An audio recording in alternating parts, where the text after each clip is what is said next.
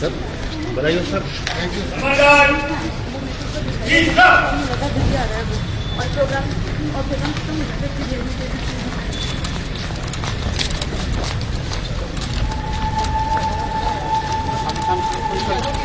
भैया क्या कर रहे हो आप?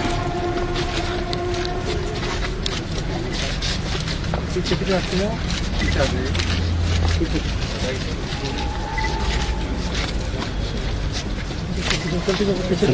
चलो चलो पीछे चलो।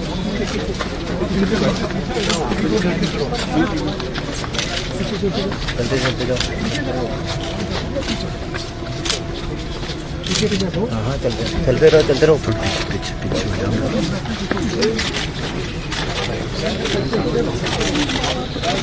अरे यार ऐसे और थोड़ा पीछे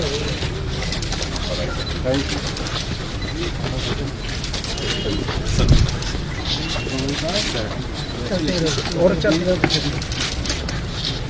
पीछे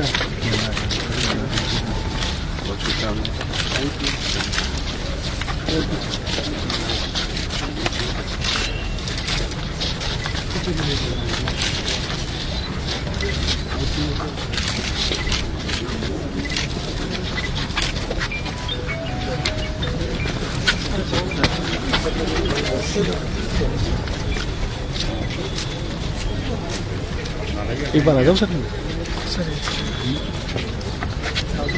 देख के पीछे हटो पीछे हटो पीछे हटो पीछे हटो। अरे हटो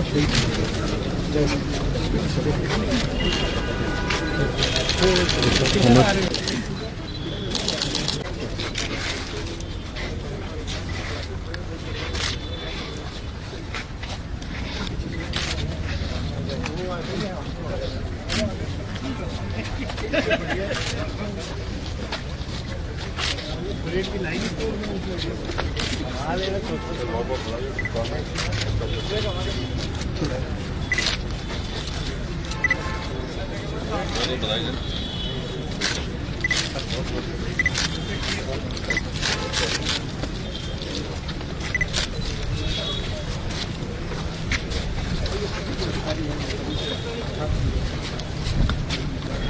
हेलो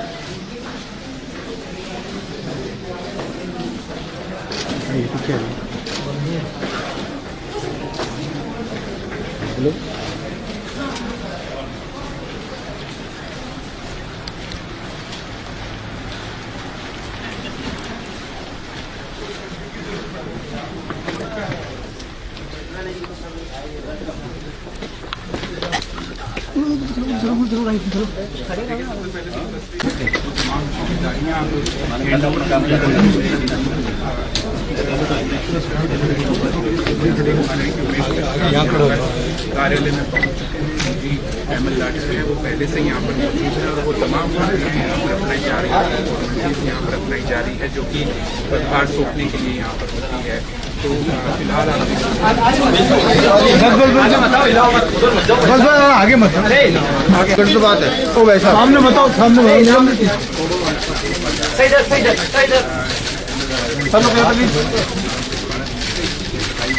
सर एक मिनट थोड़ा सा सर और सेंटर की तरफ सर थोड़ा सा आगे हो जाओ सर सेंटर थोड़ा सा आगे सर और सेंटर थोड़ा सा सेंटर। हाँ बस बैठ जाओ नीचे बैठ जाओ नीचे बैठ के जाओ।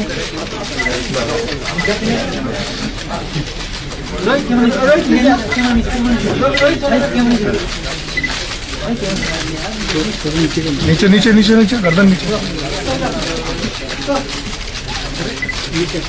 सर एक मिनट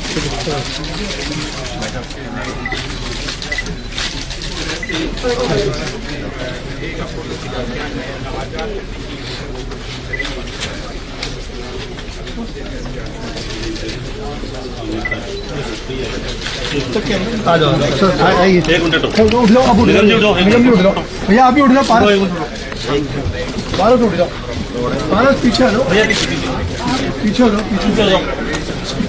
अभी खूब सारे बने होंगे, रुक जाओ आराम से।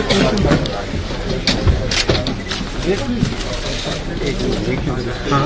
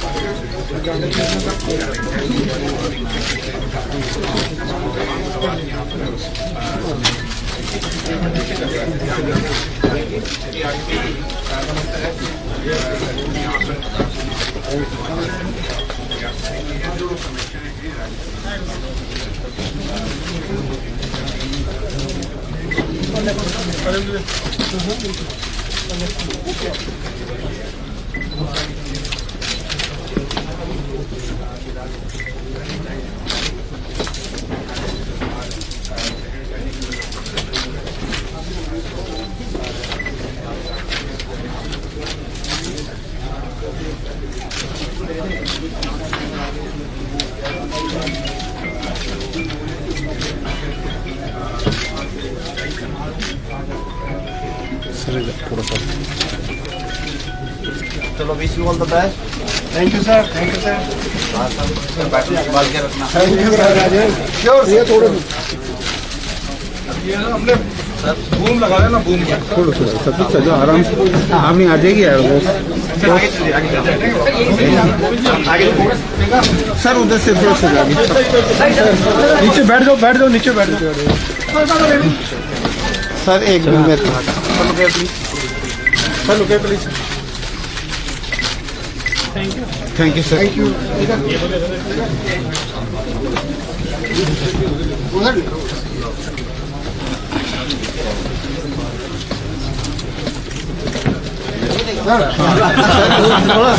थोड़ा सा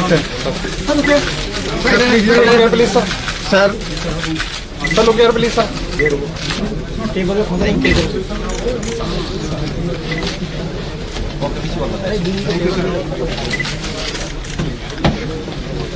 यही लगा तो सर, एक फोटो लेंगे।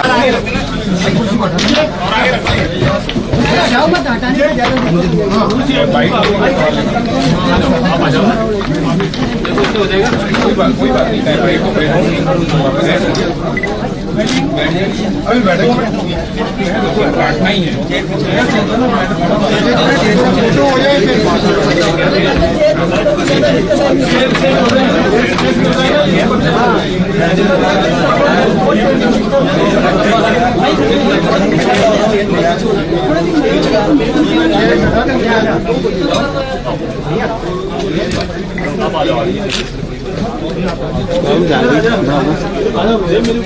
सर एक ग्रुप ले लेते हैं भैया, आ जाओ।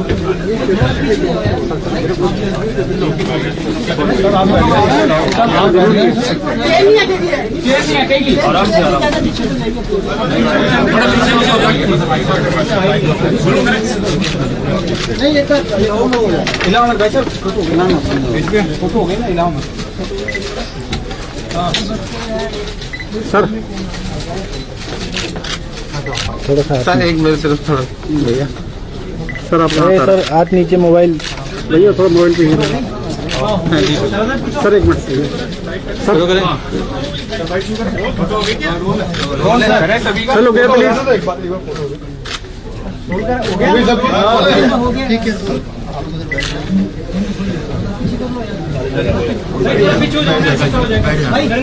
ठीक है पर्सनल स्टाफ का भी आ जाओ। कैमरा आगे क्यों करो यार? अरे यार भाई साहब क्या कर रहे हैं यार? एक मिनट, ठीक है सर। हाँ सर,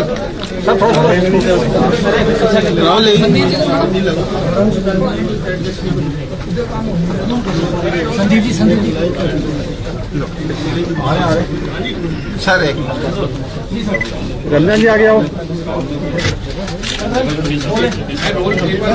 आराम से, आराम से, आराम से फोटो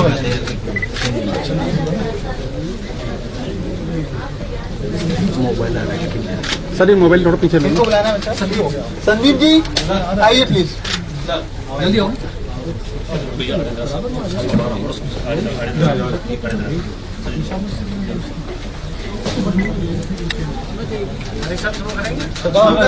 एक ही प्यार है।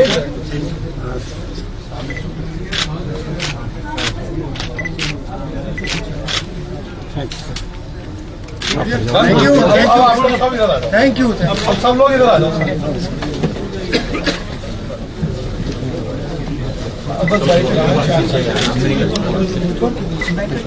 ठीक ठीक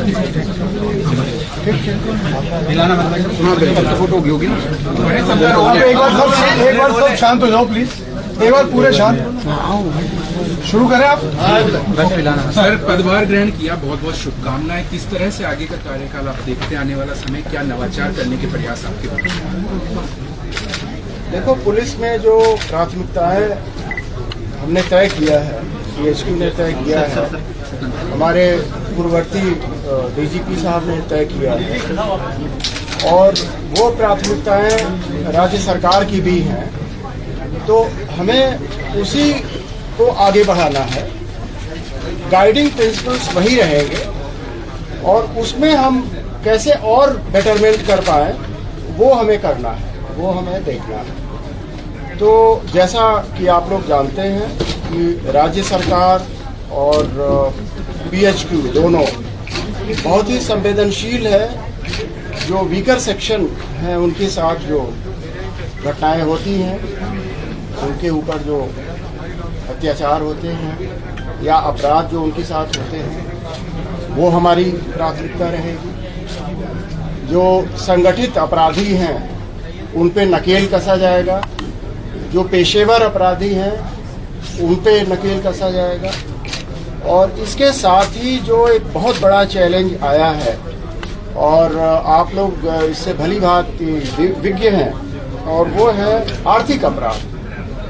आर्थिक अपराध के कई रूप हैं, उसमें एक साइबर फ्रॉड्स, आप लोग जानते हैं बहुत सारा केसेज इस तरह के आ रहे हैं और हमारे यहाँ भरतपुर में कामा एरिया इसके लिए कुख्यात है और भी बहुत जगह तरह तरह के इकोनॉमिक ऑफेंसेज हो रहे हैं, उन पे भी हमारी नज़र रहेगी और ऐसे अपराधियों को भी हम चिन्हित करके और उनका लीगल फ्रेमवर्क में टाइट करेंगे, उनको नकेल कसेंगे उनको। इसके अलावा मैं ये कहना चाहूँगा कि पुलिस स्टेशन की जो कार्य प्रणाली है वो कैसे पहले भी हमने कोशिश की है, लेकिन इसमें अनवरत कोशिश करने की आवश्यकता है कि जो पीड़ित जाए उसके साथ सद्भाव से व्यवहार किया जाए, उसकी बात सुनी जाए